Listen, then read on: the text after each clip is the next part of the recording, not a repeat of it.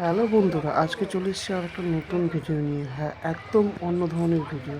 হ্যাঁ, দেখতে পাচ্ছ একটা কি এটা? এটা হচ্ছে সাপ।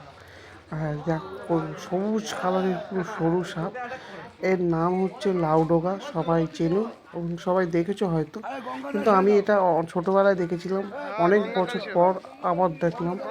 আর শুনেছি এই সাপটা খুব ভয়ানক সাপ। চোখে বা মুখের দিকে কোনো ছবল দেয়। তবে এই সাপটা সেরকমভাবে কমজোরি ছিল, কেননা ও গাছ থেকে পড়ে গেছিলো, একটা বড় গাছ থেকে, বা শরীর খারাপ ছিল। যে কোনো একটার মধ্যে দুটো এক হবে। তো দেখতেই পাচ্ছ, খুব দাদাগুলো ভাবছিল গঙ্গায় ছেড়ে দেবে, কিন্তু জানি না ছাড়তে পারছে কিনা।